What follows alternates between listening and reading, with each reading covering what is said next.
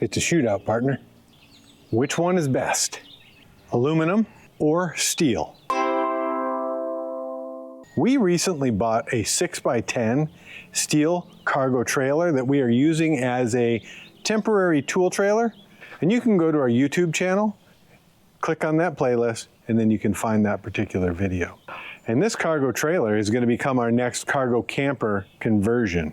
And we built this 6x10 cargo camper conversion, but this is an all aluminum frame. So today we're going to compare different aspects of the aluminum cargo trailer and the steel cargo trailer to see which one is better for a cargo camper conversion.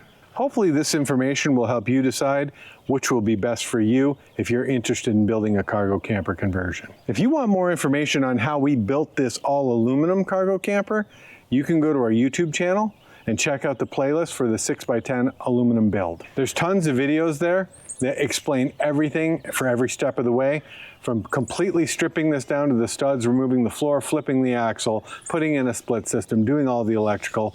It's all there. Now it's time for the shootout. So we're going to start at the top as we compare these.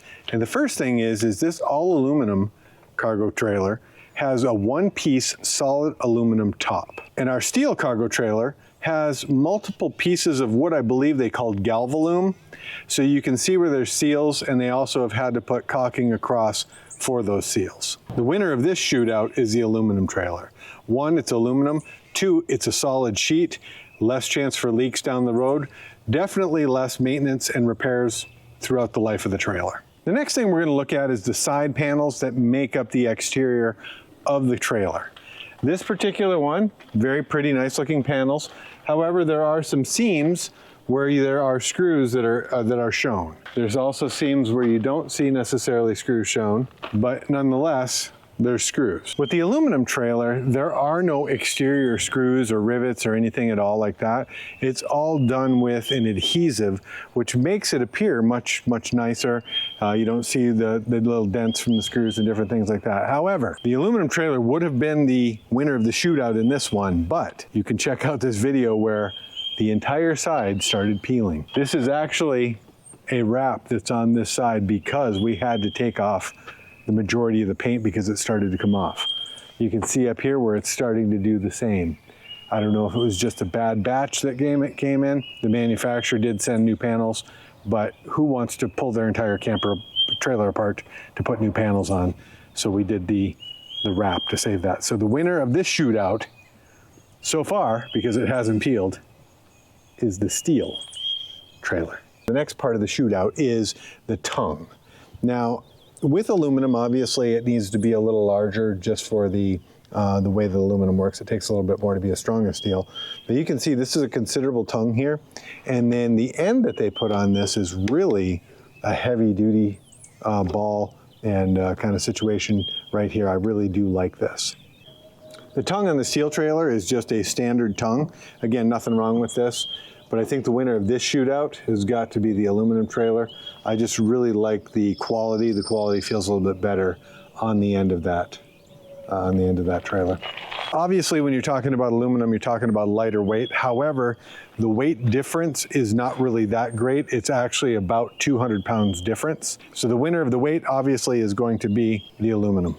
And with the aluminum trailer winning the weight class, the reason that is important is because, especially for us, these campers are designed to be pulled behind a Jeep, which you have limited pulling capability. Most times you're looking at 2,000 pounds or less. So that, depending on what your towing vehicle is going to be, makes a difference. Both cargo trailers are very similar for as far as ease of modifications, as far as finding studs that you can drill into and everything. The part that makes it a little bit more difficult on the aluminum is you're having to screw everything on, especially if it's connecting underneath and you can't weld. You can, but it's hard to find an aluminum step that you can weld onto the aluminum trailer. They're most made out of steel. So I would say with the steel trailer is going to win for ease of modification. And the reason for that is you can typically find people that can weld this stuff all over the place, where the aluminum is a little bit more scarce. So the undercarriage of each of these is a little different. The aluminum obviously is rust resistant. They don't have as many cross members, which means that there's some other things that, aren't as good as possibly the steel. So really this one is close to a toss-up, but I think I'm gonna have to go with steel on this one, simply because it's a lot easier to work with. And if you're gonna have anything welded, if you're gonna have anything done, finding somebody to weld aluminum is difficult. So this one was tight, but I think I'm gonna have to give this one to steel. The steel trailer has a straight axle where the aluminum trailer has a drop axle. We had to do an axle flip kit because of the drop axle. I'm not sure if we'll have to do one on this. We probably won't, but this is just personal preference. I actually prefer the straight axle. I think it's a lot easier to deal with. So for that reason, the steel is the winner of this shootout. The clear winner of the fender category to me is definitely the aluminum trailer. I love fenders that actually come up and are flat across the top. They actually work as an additional shelf while you're camping. It's easy to set your stuff on. Although the fenders are nice on the steel trailer, they're black for the blackout look. By far, a flat fender to me is definitely the winner. So as far as availability, steel trailers are much more available than aluminum trailers. Now that could flip in your community or something if there was some kind of weird supply chain shortage. However, steel trailers are in much more abundance. So for this reason, the steel trailer is the winner of this category. Both cargo trailers came with a 36-inch door. Also, they both have an RV style handle. This particular one has a like an aluminum or a brushed steel interior to the door. You can lock everything from the inside. It's nice and big, works good. It's actually got square edges at the top. The aluminum trailer has a 36-inch door with a very substantial handle. I really like it. It's not plastic, it's actually a metal handle. Also, the inside of this has got like a rumply white plastic or composite interior, which I do like a little bit better. And then really the reason that this door wins the shootout is because it's curved. And you say, well, why would that win the shootout for you? Well, we put awnings on all the campers, and if it's got a square edge, it's very easy that if something happened to that and you open the door, it can actually cut your awning.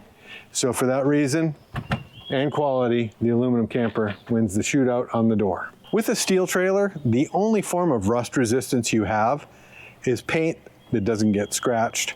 So you have to keep it continually painted. You have to do the upkeep to keep that rust away. For rust resistance, the aluminum trailer is going to win all day long because it doesn't rust. You might get an oxidized look or some different things like that that you need to polish up if it's something that shows. But overall, the aluminum trailer, it's going to hold up a lot longer. It's going to last longer. It's not going to rust. The next consideration is cost. The aluminum trailers on average are going to cost about $2,500 more. Occasionally you can get a deal. We actually snagged this one up. It was the last one on the lot, a few other things, for just about maybe $1,000 more than the steel trailer. So as far as cost, your steel trailers are always going to be a little bit better of a bargain. So for that reason, the steel trailer wins. So as far as the shootout goes, it seems like each one has its day in the sun. Each one has its benefits and its things that are better. So for this shootout, we have a 6-6. Now, you might be sitting at home thinking, he's crazy. I disagree with everything he said. And you might. So if that's the case, go ahead and put it in the comment section, because this is really for what I'm looking for. But hopefully, as you saw each piece and kind of think about it for yourself, which one is going to be better for you? It may be the aluminum. It may be the steel. Either way, I don't think you can go wrong. The only way you can't go wrong is by not getting out there and being free. That's how you go wrong. Thanks for watching. If you found this video helpful, go ahead and give it a thumbs up, hit that like button, and also subscribe to our channel. For additional DIY stuff, you can also run over to our website at www.befreebenson.com. Doing projects yourself allows you to save money and allows you, most importantly, to be free. See you in the next project.